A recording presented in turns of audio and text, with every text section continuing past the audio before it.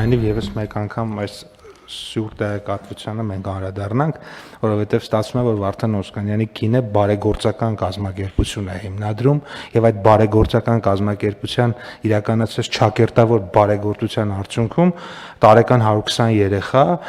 եթե անգամ ամեն երեխա միջինը 2 տարի գնա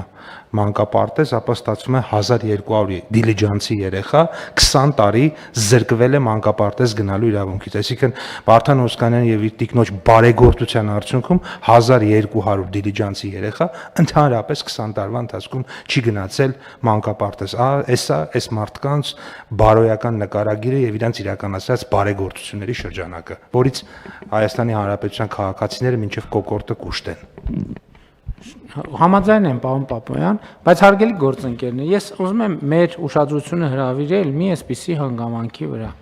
որովհետև այո, այն որ մենք այսպես շեշտադրումներ ենք անում, այն որ մեզ այսպիսի շեշտադրումներ ենք անում, իհարկե դա որոշակի առումով ունի էմոցիոնալ կոմպոնենտ, որոշակի առումով ունի քաղաքական կոմպոնենտ, բայց ուզում եմ ասել, որ որոշակի առումով ունի նաև բարոյական կոմպոնենտ։ Ո՞րն է այդ բարոյական կոմպոնենտը։ Բարոյական կոմպոնենտը այն է, ինչը գրված է նոր կտակարանում, որը ասում է՝ մի դատիր, որ չդատվես, որովհետև ինչ դատով դատվես, ինչ դատով դատես, նույն դատով էլ դատվելու ես։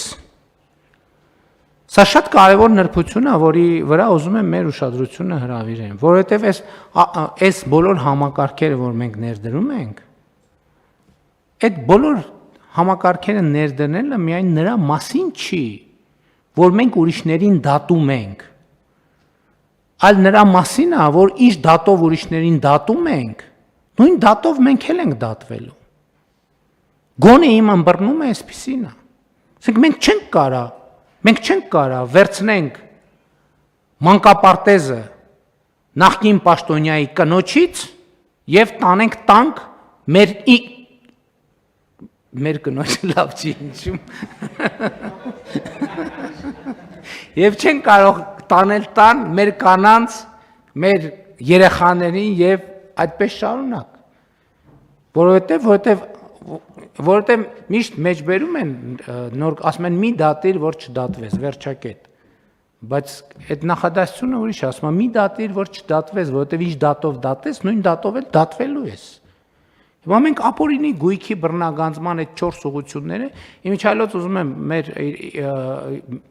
դե յուրե այդտեղ 4 ուղղություն կա, համայնքային շահ, պետական շահ, ապօրինի գույք եւ քրեական գործերի շրջանակներում բռնագանձումներ, դե մենք քաղաքականապես բոլորը անունը դնում ենք ապօրինի գույք։ Կարծում եմ դա մեծ մեղք չի, որովհետեւ մենք իրավական ձևակերպումներ այս ապօրինի գույքի վերադարձի process-ը նաեւ դրա մասին է, որ ինչ դատով դատում ենք, նույն դատով էլ մեզ ենք դատելու։ Հա, չէ, դատել չի նշանակում պարտադիր, որ դատավճիռ կայացնել, դատել նշանակում է նաև վերաբերվել։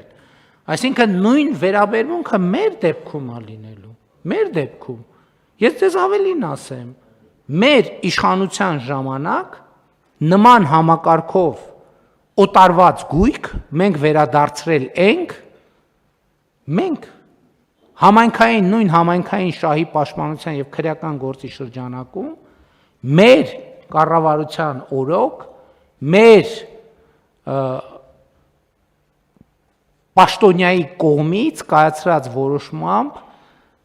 նմանատիպ մի գործարք մենք վերացրել ենք, կարող է դրա արդյունքում նույնիսկ այդ համայնքում, այդ թվում դրա արդյունքում այդ համայնքում ընտրությունները պարտվել ենք։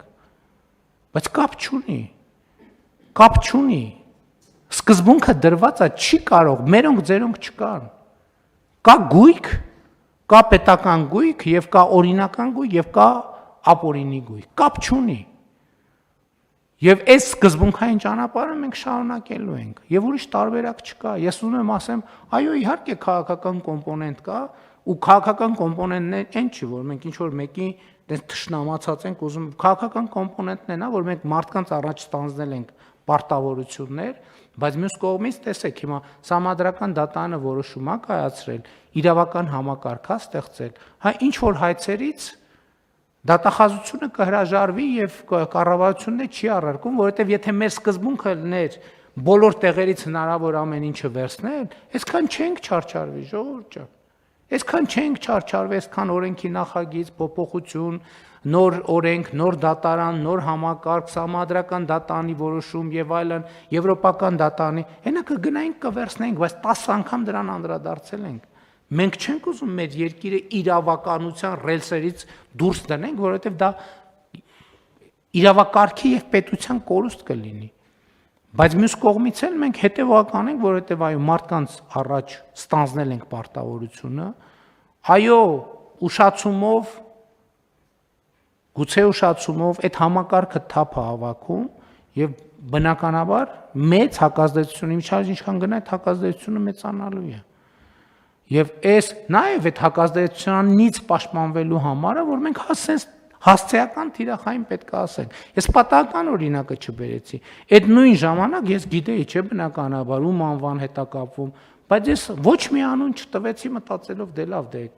հիմա ինչ կարիք կա ամեն անգամ շեշտել, բայց սրանից հետո տեն չի լինելու։ Ամեն անգամ շեշտելու են, որովհետև այդ մեր կոռեկտության փորձը լրիվ ուրիշ ձև է օգտագործվում, լրիվ ուրիշ ձև է մեկնաբանվում։ Եվ հետևաբար ոչ միայն իրերն ենք կոչելու իրանց անուններով, այլև իրերի հետ կապված մարդկանց էլ ենք կոչելու իրանց անուններով, որպեսզի որևէ տարընթերցում չմնա։